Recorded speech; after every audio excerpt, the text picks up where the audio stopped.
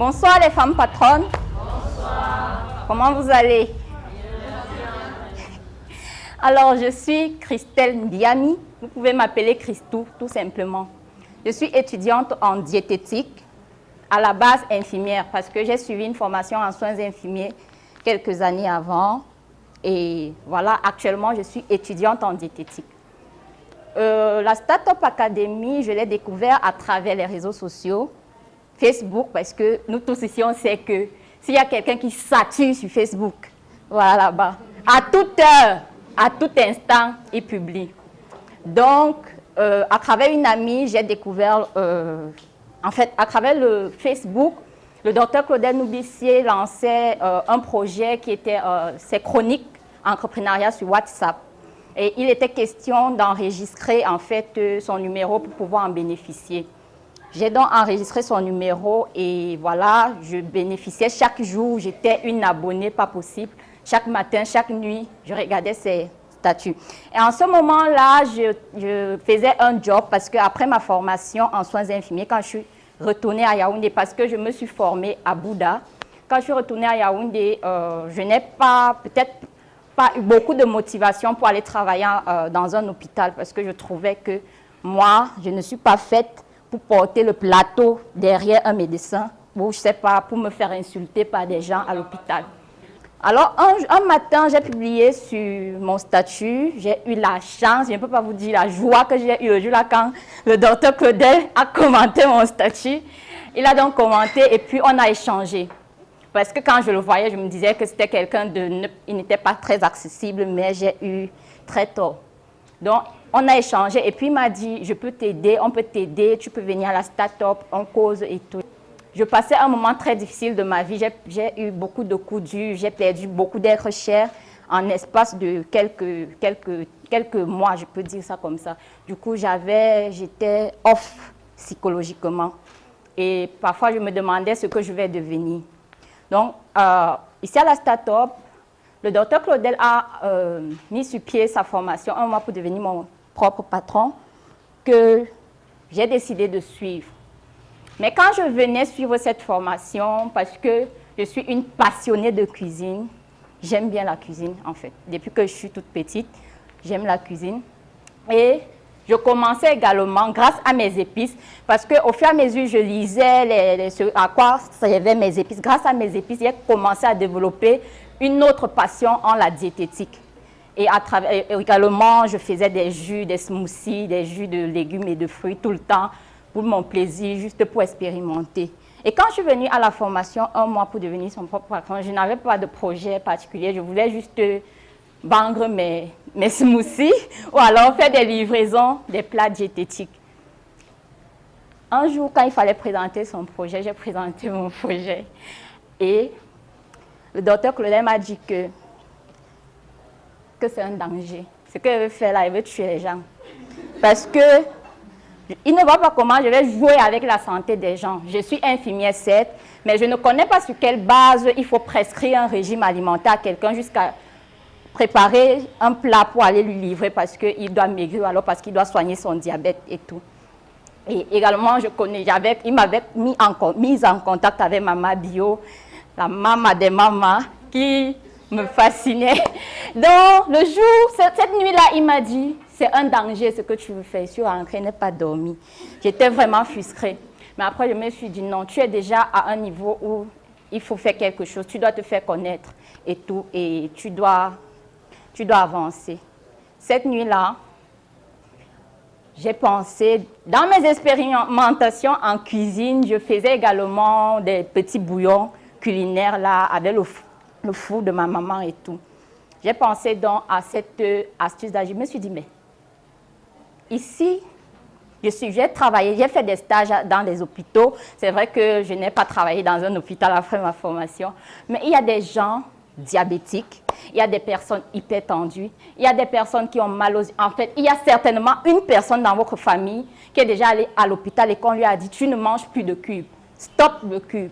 Parce que le cube, en fait, n'est pas dangereux, certes, mais le cube contient des éléments qui, avec la consommation continue, va nuire à votre santé. Donc, vous allez voir dans votre famille des personnes qui deviennent diabétiques, des personnes qui ont mal aux yeux, parfois même des hommes qui ont des insuffisances sexuelles et tout, les femmes qui ont des écoulements vaginaux. Ça peut être dû à certains composants des cubes. Et je suis sûre ici que, bien que nous soyons des femmes, il n'y a aucune femme qui sait à base de quoi on fabrique un cube ici. Est-ce que vous savez? Vous achetez seulement avec magie, chaque femme est une étoile. C'est ça, non? En fait, les cubes, les bouillons culinaires sont fabriqués à base, en principe, parce que ça part d'une recette de grand-mère, à base d'ingrédients naturels, à base des racailles, des ossements de poulet, par exemple, ou bien de poisson ou de crevettes, parce que les crevettes, déjà, ce sont des produits à la base salés. Pardon.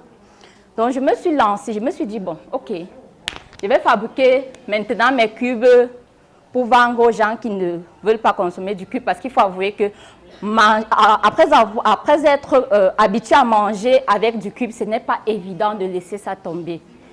Ce n'est pas du tout évident de manger un repas sans ça. Je me suis dit, bon, OK, je vais lancer un truc qui va permettre à des personnes d'avoir le même goût dans leur repas, mais ce truc-là, il ne va pas contenir les mêmes éléments chimiques que le cube industriel peut avoir. C'est là où j'ai lancé Aroma Nature, qui est en fait une jeune start-up qui fait dans la production et la commercialisation des bouillons culinaires que nous appelons cubes. Aroma Nature utilise des produits locaux, des produits issus de l'agriculture camerounaise, c'est-à-dire des légumes, des herbes aromatiques, pour fabriquer ces bouillons. Dans les bouillons d'Aroma Nature, ce qui fait sa particularité, c'est que, étant future diététicienne, ou alors diététicienne même, ou encore personnel de santé, je me dois de préserver la santé, de prôner la santé. Du coup, j'ai évité de ne mettre aucun produit chimique dans mes bouillons. Donc, ils sont naturels. Ils ne contiennent pas d'exhausteurs, ils ne contiennent pas de colorants, ils ne contiennent pas de conservateurs, ils n'ont même pas de gluten parce que, comme la pâtissière a expliqué tout à l'heure, il y a des personnes qui sont allergiques au gluten. Donc, voilà donc Aroma Nature. Au départ, j'avais produit en 100 grammes parce qu'ils sont encore en poudre en fait. J'avais produit en 100 grammes au départ, mais ayant observé le marché et les consommateurs, j'ai vu qu'il fallait mettre le produit à la portée de bon nombre. Du coup, ça fait quelques semaines que je fabrique des petits sachets de 10 grammes en fait. Donc, Aroma Nature actuellement a 2 produits. Les bouillons aux légumes, exclusivement aux légumes, et les bouillons aux crevettes, parce qu'on a nos plats traditionnels là qui en ont besoin en fait.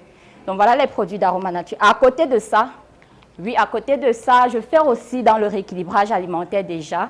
Je n'ai pas peut-être l'expérience de ma maman, mais j'utilise peut-être mes patients ou alors pour évoluer, pour qu'à la fin de ma formation, que je sois déjà une petite maman bio. Donc, je fais également dans du rééquilibrage alimentaire et motivation sport, parce que je pratique beaucoup de sport.